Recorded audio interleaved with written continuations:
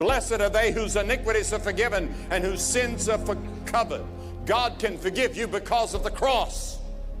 Because on the cross, Jesus Christ died for our sins. And because he was willing to die, God can now forgive you and remain just. You see, God had a problem.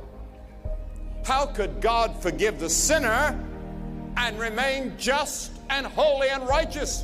Because if God had come along and patted us on the back and said, you're forgiven, he would have been a liar. And if God had been a liar, he would have not been God. Somebody had to pay the penalty. You and I are guilty. Who's going to pay the penalty? Jesus paid it. That's the reason he came. We sing that song, Jesus paid it all. He paid it all. That's the reason the word blood is used in Scripture, because the word blood stands for life. He gave his life for us on the cross. देखिए, किसी से भी गलती, गुनाह, गुस्ताखी हो सकती है। फॉर एग्जाम्पल मुझसे होगी, आपसे होगी, किसी से भी होगी। और जब हमें पता चलता है, हम जो कहते हैं हम आत्मिक हैं, हमें पता चलता है कि भाई इस बंदे से ये गलती होगी, इस बेटे बेटी से या इस मैन ऑफ गॉड से, तो हम पहला काम क्या करते हैं, हम उस बात को फैलाना शुरू करते हैं, एक दूसरे को बताना शुरू कर देते हैं।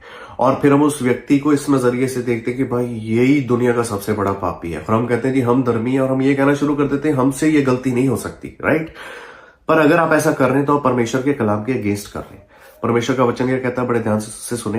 अगर आप किसी को किसी भी प्रकार के अपराध में पकड़े तो उसे संभालो, उसकी टेक केयर करो, उसे फैलाओ ना, ठीक है जी, उसकी टेक केयर करो, उसे मदद करो कि उस गलती, गुनाह, गुस्ताखी से बाहर निकले, उसकी मदद करो कि फिर से वो अपना जीवन परमेश्वर के साथ जिए, उसकी स्पिरिचुअल लाइफ फिर से क्या है, रिस्टोर हो, और परमेश्वर के साथ एक अच्छा जीवन बिताए।